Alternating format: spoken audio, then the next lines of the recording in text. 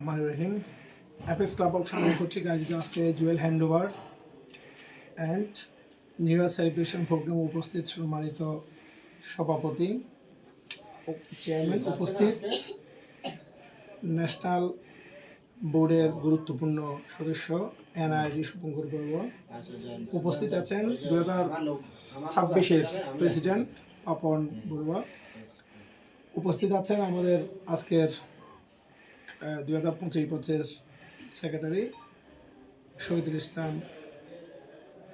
Master উপস্থিত আছেন apex club of সাঙ্গুর সম্মানিত পরিচালকবৃন্দ সদস্যবৃন্দ। আসসালামু আলাইকুম। আমি শুরুতেই অ্যাপেক্স বাংলাদেশ জেলা 3-এর পক্ষ থেকে সবাইকে শুভেচ্ছা জানাচ্ছি, নতুন বছরের শুভেচ্ছা এবং হ্যাপি নিউ ইয়ার জানাচ্ছি। আসলে জুয়েল হ্যান্ডওভার প্রোগ্রামটা অত্যন্ত চমৎকার একটা প্রোগ্রাম। আমরা ডেমোক্রেসি ফলো করি, আমাদের দেশ গণতান্ত্রিক দেশ, গণতন্ত্রের চর্চা বেশি বেশি হলে আমাদের দেশটা আরও উন্নত হবে, সমৃদ্ধ হবে। তো এই ডেমোক্রেসির একটা রুল হচ্ছে এই যে জুয়েল হ্যান্ডওভার। জুয়েল হ্যান্ডওভার মানে ক্ষমতার প্রতীক। অ্যাপেক্সিয়ানদের মধ্যে ঐক্য, সৌহার্দ্য, সম্প্রীতি এবং যে ক্ষমতার এক্সচেঞ্জটা সুন্দরভাবে করে নেওয়া, এটাই হচ্ছে জুয়েল হ্যান্ডওভার। মানে আজকে জানুয়ারি 1 তারিখ থেকে আজকে পর্যন্ত 2025-এর প্রেসিডেন্টের মেয়াদ শেষ। 12টা 1 মিনিটে ওনার নতুন প্রেসিডেন্ট দায়িত্ব গ্রহণ করবেন। বর্তমান বর্ষের প্রেসিডেন্ট জুয়েল হ্যান্ডওভার করে যাবতীয় কর্মকাণ্ডের হিসাব সহ সব কিছু নতুন বর্ষের প্রেসিডেন্টকে বুঝাই দিবেন। এটাই হচ্ছে জুয়েল হ্যান্ডওভার।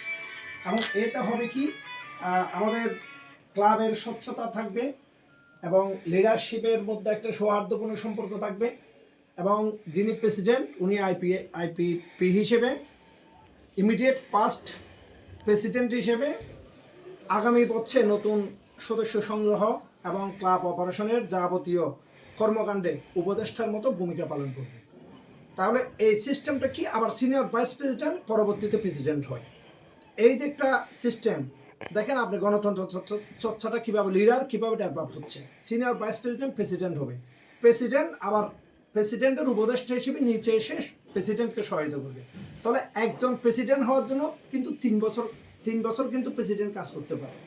একটা হচ্ছে সিনিয়র ভাইস প্রেসিডেন্ট থাকা অবস্থায় সে প্রেসিডেন্টের সহযোগী হিসেবে কাজ করে, আবার প্রেসিডেন্ট হিসেবে 1 বছর কাজ করে, আবার ইমিডিয়েট ফার্স্ট প্রেসিডেন্ট হিসেবে সে 1 বছর কাজ করে। এই যে একটা 3 বছরের কাজ, এর মাধ্যমে কিন্তু ক্লাবটা একটা স্ট্রং ক্লাব হিসেবে গড়ে ওঠার জন্য গুরুত্বপূর্ণ ভূমিকা উনি রাখতে পারে। এটাই ডেমোক্রেসি, এটাই ওয়ার্ল্ড ডেমোক্রেসি। এখন আমাদের দেশে যদি এই সিস্টেমটা চালু করতে পারে, আমরা যেমন আমাদের জাতীয় ইলেকশনগুলো, আমাদের উপজেলা পর্যায়ে ইলেকশনগুলো, ডিস্ট্রিক্ট লেভেলের ইলেকশনগুলো, আমাদের যে ক্লাবের বিভিন্ন সোসাইটির যে ক্লাব সমিতি বিভিন্ন প্রতিষ্ঠান আছে, স্কুল কমিটিগুলো আছে, বিভিন্ন কমিটিতে যদি আমরা এই সিস্টেমটা চালু করতে পারতাম, তাহলে আমাদের দেশটা সত্যিকার অর্থে গণতন্ত্র চর্চা করা যেত।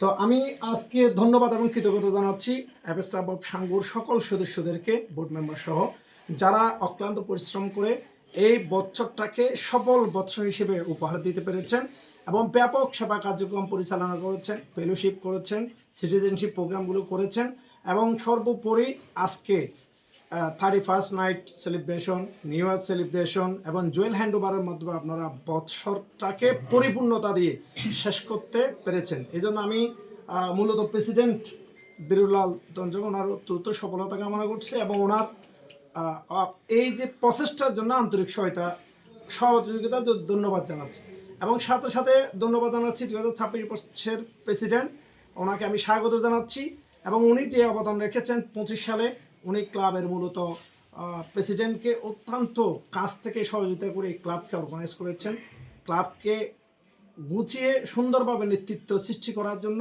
আগামীতে সুদৃঢ় নেতৃত্বে বাংলাদেশের মধ্যে সাঙ্গুকে উপস্থাপন করার জন্য কিন্তু ক্লাবকে এখন রেডি করা হয়েছে। এর জন্য গুরুত্বপূর্ণ ভূমিকা রেখেছেন প্রকাশার পর্ব পাপন। আর আমাদের ক্যাচিমং সহ আপনারা যারা আছেন, যেমন পারবিন আপাও দায়িত্ব পালন করছেন, রাবি আপা, এর সাথে আরও 2-1 জন মহিলা সদস্যরও দায়িত্ব পালন করছেন। শুভঙ্কর বড়ুয়া উনি ওনার লেভেল থেকে যতটুকু সহায়তা করছেন। তো আমি বলবো সাঙ্গু ক্লাব বাংলাদেশের মধ্যে একটা বেস্ট ক্লাব হবে যদি আরফাত ভাইদের মতো লিডাররা ফরওয়ার্ডে এসে কাজ করে। আমাদের এখানে যে লিডারগুলো আমি দেখেছি আসলে খুব ইফেক্টিভ এবং ইফিসিয়েন্ট লিডার আছে। সাঙ্গ ক্লাব 25-এ যেভাবে কাজ করেছে, আশা করব 26-এর থেকে আরও অনেক বেশি কাজ করবে এবং বাংলাদেশের মধ্যে একটা বেস্ট ক্লাব হিসেবে সাঙ্গ উপস্থাপন করবে। তা আমি সেই প্রত্যাশা করছি। আর নতুন বছরে সবাইকে স্বাগত জানাচ্ছি, আর নতুন বছরে সবাইকে শুভেচ্ছা জানাচ্ছি।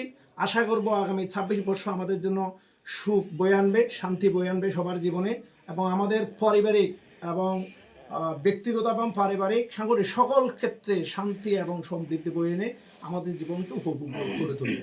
আল্লাহ সবাইকে সুস্থ রাখুক, নিরাপদ রাখুক, এবং আমরা